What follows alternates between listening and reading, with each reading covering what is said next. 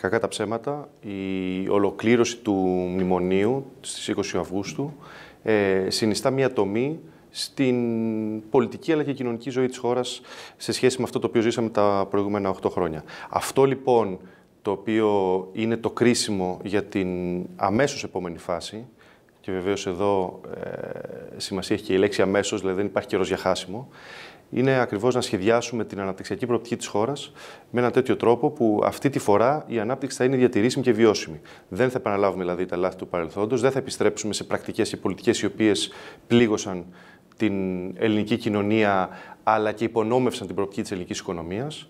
Αυτό νομίζω ότι είναι το βασικό ζητούμενο και οι πρωτοβουλίες της κυβέρνησης συντείνουν ακριβώς σε αυτό, στο να υπάρξουν εκείνες οι παρεμβάσεις στο σκέλος της ανάπτυξης, στη βελτίωση δηλαδή του οικονομικού περιβάλλοντος, στο κομμάτι της εργασίας και την αποκατάσταση των εργασιακών σχέσεων, αλλά και σε μια σειρά παρεμβάσεις που έχουν να κάνουν με το κοινωνικό κράτος, έτσι ώστε αυτό το οποίο ονομάζουμε συνολικά παραγωγικό μοντέλο αναπτυξιακή προοπτική της ελληνικής οικονομίας να μπορεί να σταθεί σε στέρεες βάσεις στο επόμενο διάστημα. Αντί να περιγράψουμε μεμονωμένα μέτρα, αν θέλετε, τα οποία πολλές φορές έγινε αυτό και στο παρελθόν και τα αποτελέσματα ήταν πενιχρά, να μπούμε σε μια λογική εκπόνησης ενός συνολικού, ολιστικού, όπως το ονομάζουμε, αναπτυξιακού σχεδίου.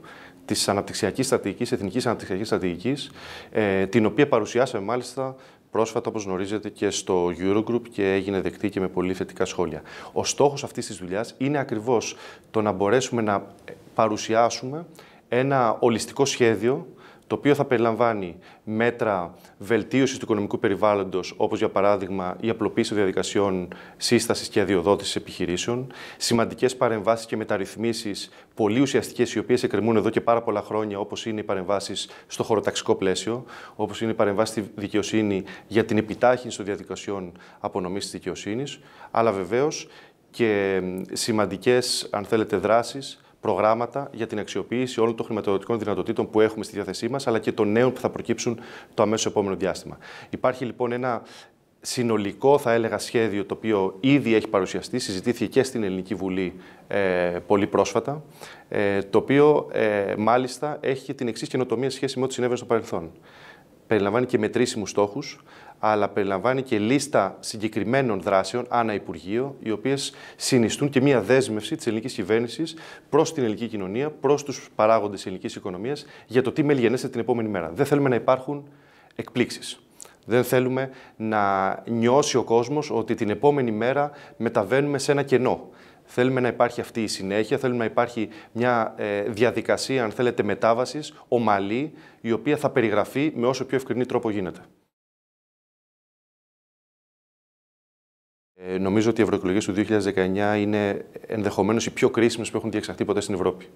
Είναι οι πιο κρίσιμες ακριβώς γιατί βλέπουμε ότι το τελευταίο διάστημα, θα έλεγα και λόγω της αδράνειας η οποία παρουσιάστηκε από το ευρωπαϊκό σύστημα συνολικά στην αντιμετώπιση των βασικών, των κορυφαίων προβλημάτων τα οποία αντιμετωπίζει η Ευρωπαϊκή Ένωση, και είναι από τη μία οι πολιτικές λιτότητας και η οικονομική κρίση και από την άλλη βεβαίως το προσφυγικό, συνετέλεσαν στο να αναδυθούν και να ισχυροποιηθούν δυνάμεις ακροδεξιές, δυνάμεις ξενοφοβικές, οι οποίες θα διεκδικήσουν στις ευρωεκλογές πολύ πιο ισχυρή θέση στο ευρωπαϊκό γίγνεσθε για τα επόμενα χρόνια.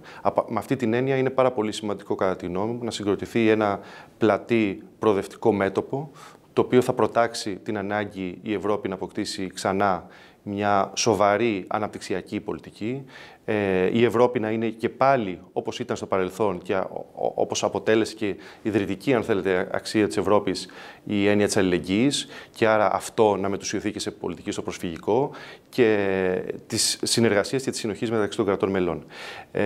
Από τη μεριά μας και σε σχέση με την αναπτυξιακή προοπτική και πόσο αυτή θα μπορούσε, αν θέλετε, να εκτροχιαστεί, όπως αναφέρετε στο ερώτημά σας, εμείς είμαστε απολύτως σαφείς. Η προτεραιότητα η οποία υπάρχει, αυτή θα έλεγα, η εθνική προτεραιότητα που υπάρχει αυτή τη στιγμή, είναι να ξαναμπεί σε ράγιση η ελληνική οικονομία.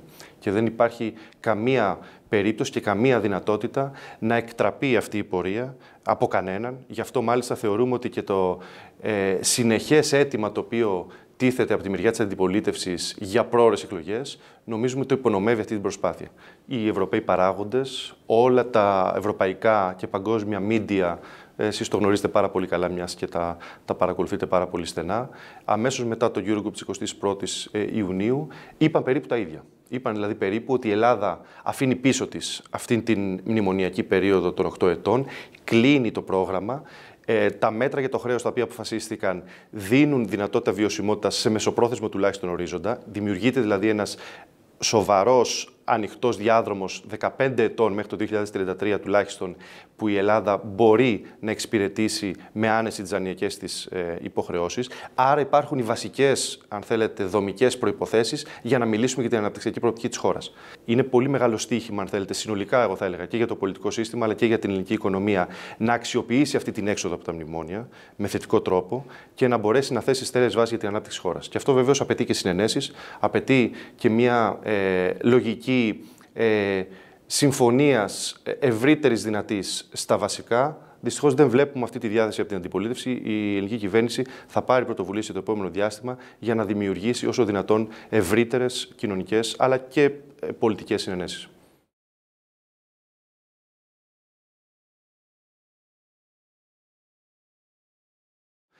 Από εκεί και πέρα, δυστυχώς, οι ομοειδεάτες του κ. Μπούλμαν στην Ελλάδα δεν συμφωνούν με αυτή τη διαπίστωση. Από εκεί και πέρα όμως, πράγματι έχετε δίκιο. Είναι ζητούμενο, νομίζω το είπα και νωρίτερα, ότι απέναντι σε μια λογική η οποία φαίνεται να διαμορφώνεται με ισχυρό τρόπο σε χώρες της Ευρώπης, μια λογική ξενοφοβική, μια λογική η οποία μάλιστα θα έλεγα ότι παντρεύει έναν λόγο ακροδεξιό και μυσαλλόδοξο με έναν πολύ σκληρό νεοφιλελευθερισμό. Το βλέπουμε αυτό στην περίπτωση της Αυστρίας, για παράδειγμα. Έτσι.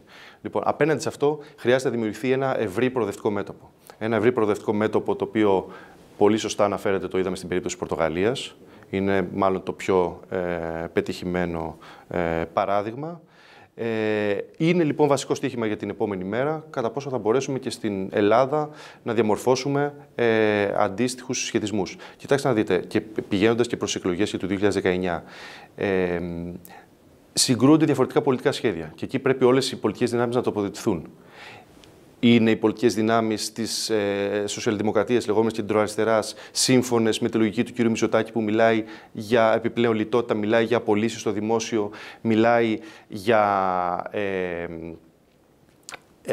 για συρρίκνωση του κοινωνικού κράτους.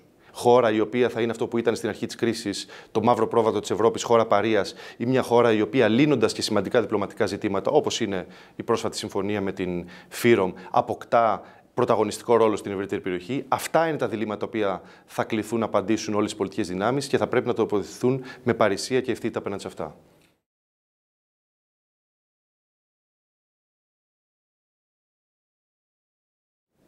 Κοιτάξτε, νομίζω ότι είναι μια απόφαση η οποία επί της ουσίας επιβεβαιώνει αυτό το οποίο λέγαμε εδώ και χρόνια, ότι σε περίοδους κρίσης ο νεοφιλελευθερισμός και μια ακροδεξιά ξενοφοβική ρητορία μπορούν να αποτελέσουν τις δύο όψεις του ίδιου νομίσματος. Αυτό βλέπουμε να συμβαίνει στην περίπτωση της Αυστρίας. Από τη μία μιλούν για κλειστά σύνορα, μιλούν για επίλυση του προσφυγικού σε εθνικό επίπεδο, λες και είναι ζήτημα που αφορά την Ελλάδα ή την Ιταλία ή την Ισπανία και όχι το σύνολο της Ευρώπης. Και από την άλλη βλέπουμε τέτοιου τύπου παρεμβάσεις εργασιακά, για παράδειγμα, αυτό με την επιβολή, την αδιανόητη αυτή ρύθμιση για την επιβολή 12 ώρου, οι οποίες δείχνουν ακριβώς ότι πολλές φορές, ξέρετε, η άνοδος ακροδεξιά στην Ευρώπη στηρίζεται σε σημαντικό βαθμό στην δυνατότητά της να διεισδύσει σε εργατικά λαϊκά στρώματα. Αυτό έχει συμβεί σε πολλές χώρες της Ευρώπης, αλλά αυτό δείχνει και τα όρια και τις αντιφάσεις μιας τέτοιας πολιτικής απόπειρας, γιατί τελικά έρχεται σε σύγκρουση με τα ίδια τα συμφέροντα, τα υλικά συμφέροντα αυτών τους οποίους φαίνεται ότι υποτίθεται ότι προσπαθεί να εκπροσωπήσει.